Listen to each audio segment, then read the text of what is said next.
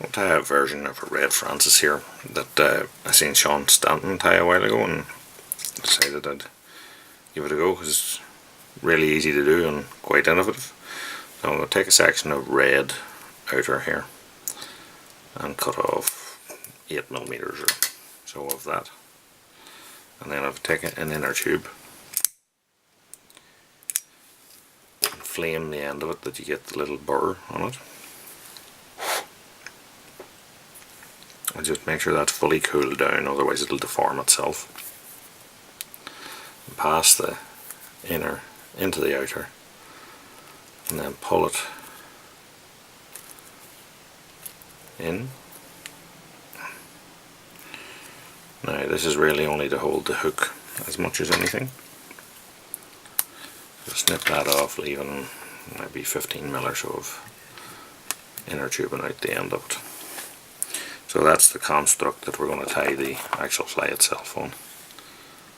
I'm going to put a bit of super glue there just at the junction of that. And then I'm taking a red thread and I'll wrap into that wet super glue just to make a transition between these two. And we want to tie as much as we can of it in a short little section here. So Red Francis has hackle stems, stripped hackle stalks as a tail. So we're going to take 4 of those and put them on, one every 90 degrees around our tube.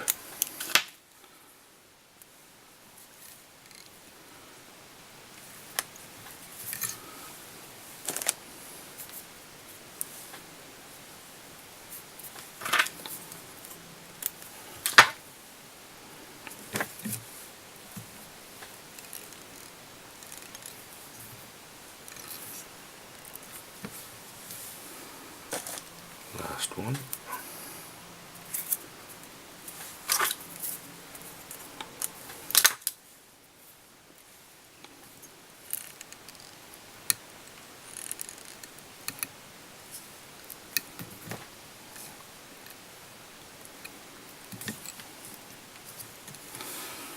Now, to hold those in place, I'm just going to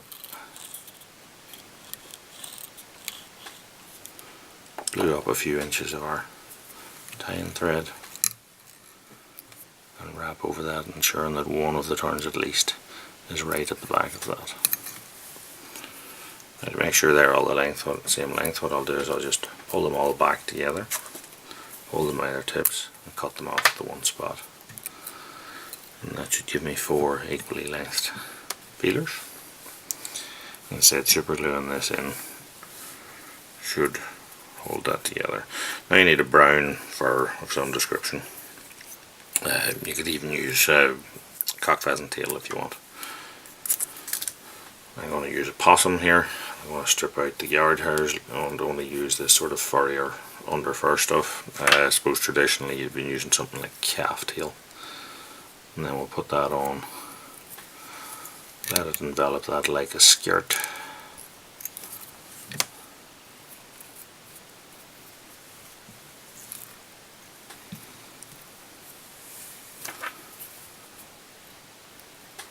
Now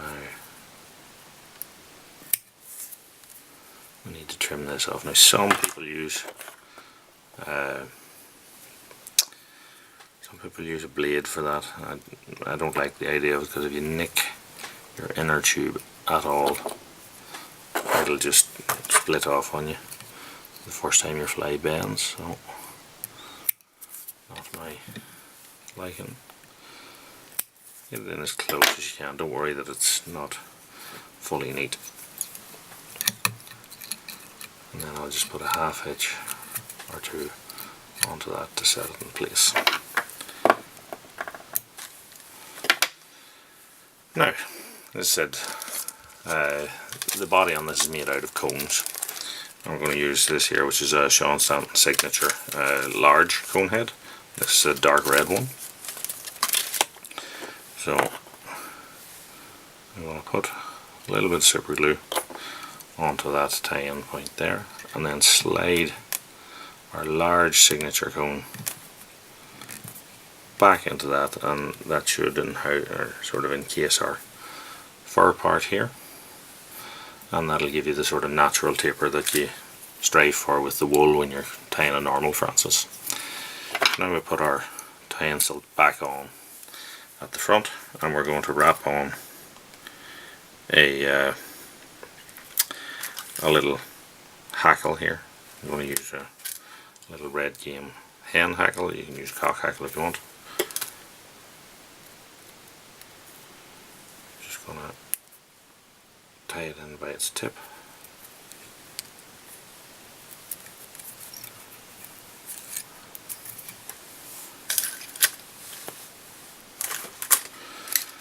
And then we will wind that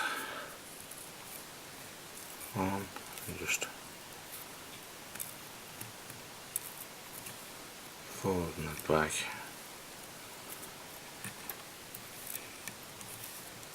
As I wrap it on. Don't worry, this sort of sticks out a bit because there's going to be another cone going on front of this, and that'll push all of these fibres back. So we're just, now that I've got it wrapped, I'm just going to a couple of turns back over to hold it in position, but don't, as I say, don't worry too much about that because there's another cone going on now. And then run super glue on our thread there. Wrap that and finish it off.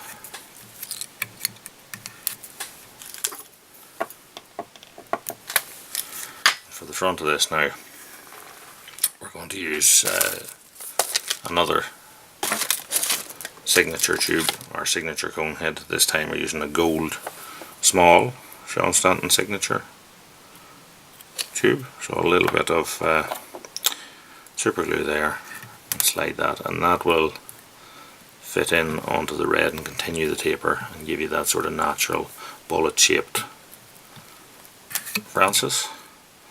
So slide that off, trim our inner tubing,